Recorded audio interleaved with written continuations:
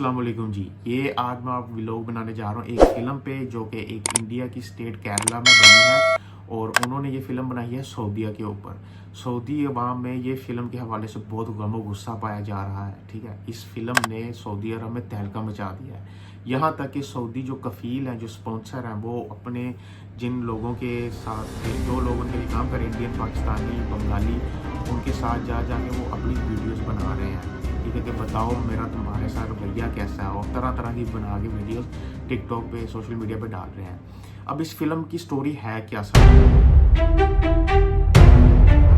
Film की story ये है कि एक बंदा केरला का वो 90s में जाता है और अपने किसी दोस्त के हमरा सऊदी अरब में जब वो वहाँ पे जाता है तो उसका वहाँ पे एक बंदा होता है अरबी सऊदी, वो इनको वहाँ से ले लेता है, लेके इनको दूर किसी रेगिस्तान में लेके चला जाता है, शहर से बहुत दूर, और वहाँ पे जाके इनको फेंक देता है एक बकरियों के रेवड़ में, ऊँटों के रेवड़ में फेंक देता है। इससे शदीद काम करवाता है इसको, मतलब इसमें जुल्म तशद्दुद बहुत ज़्यादा करता है। अब बात ये है कि वहाँ पे उसको ले जाके काम करवाता है, उसको खाना भी नहीं देता, समटाइम्स उसको पैसे भी नहीं देता। ठीक है, ये वहाँ पे उसकी मिन्नतें करता है कि जी मुझे जाने दे। किसी साल 2 साल के बाद इसकी हालत बहुत बुरी हो जाती है, तो फिर किसी बात पे झगड़ा होता है और झगड़े में ये उसे कोई चीज़ उठा के मार देता है। पहली बात तो ये है कि अक्सर हमने ऐसी स्टोरी सुनी है और इसका बहुत ज़्यादा शिकार हुआ है पाकिस्तानी कफ़ील के हाथों। मेरे कुछ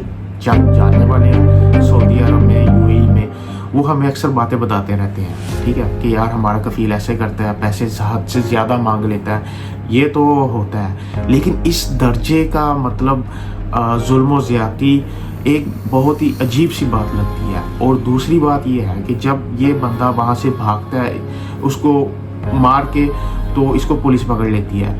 जब पुलिस पकड़ लेती है तो इसको अदालत में पेश किया जाता है और फिर इसके घर वालों से वो वहाँ पे एक कानून है कि जी खून का बदला, खून घर वालों ने कहा जी कि हमें अपने बाप का बदला चाहिए।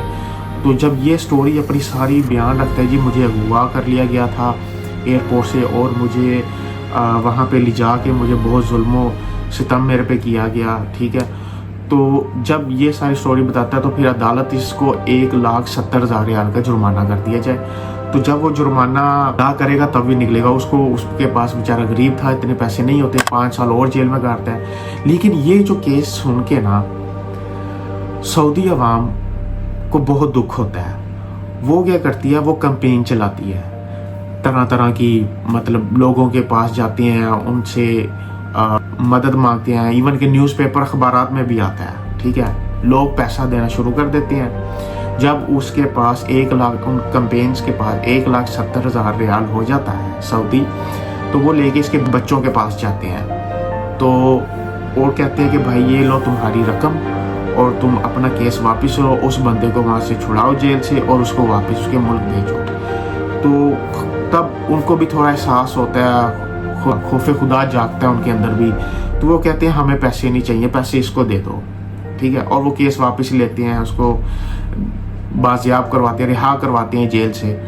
तो जब वो जेल से आता है तो वो पूछता है कि तुम लोग मुसलमान हो? उन्होंने कहा जी हम मुसलमान हैं। तो उन्होंने कहा मुझे जेल से क्यों रिहा करवाया? उन्होंने कहा कि जी हमें बस अपने अल्लाह से डर लगता है। तो कहते तुम्हारा बाप भी मुसलमान था? उन्होंने कहा जी वो भी मुसलमान था। तो कहते हैं कि मेरे साथ उसने फिर ऐसी नाइंसाफ़ी क्यों की, ऐसा जुल्म तशद्दुद क्यों किया? तो वो कहते हैं कि वो बस अपने इस्लामी रास्ते से हट गया था, भटक गया था। ठीक है, हो सके तो उसको भी माफ़ कर देना, अल्लाह खुद ही उसका हिसाब लेगा। ठीक है, ये चीज़ देख के ये बंदा मुसलमान हो जाता है। अब इंडिया वालों ने क्या किया?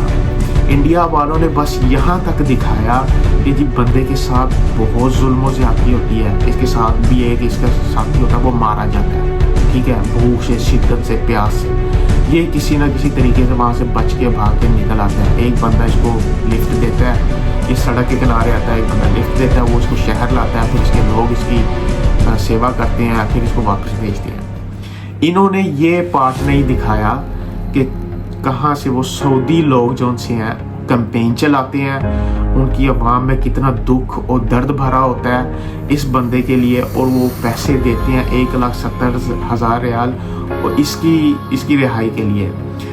इंडिया हस्बे रवायत हमेशा अपने किसी दूसरे मुल्क के उसका कभी पॉजिटिव चेहरा नहीं दिखाएगा। हमें तो ये बात अच्छे से मालूम है, क्योंकि 50 साल से हम देख रहे हैं हमारे पाकिस्तान के खिलाफ जैसे वो फिल्में बना रहे हैं, कभी वो जहाज़ लेकर आ रहे हैं, कभी वो कोई मज़ार से सब्ज़ गुंबद उसको वो एटॉमिक प्लांट बना के दिखा देते हैं पाकिस्तान का।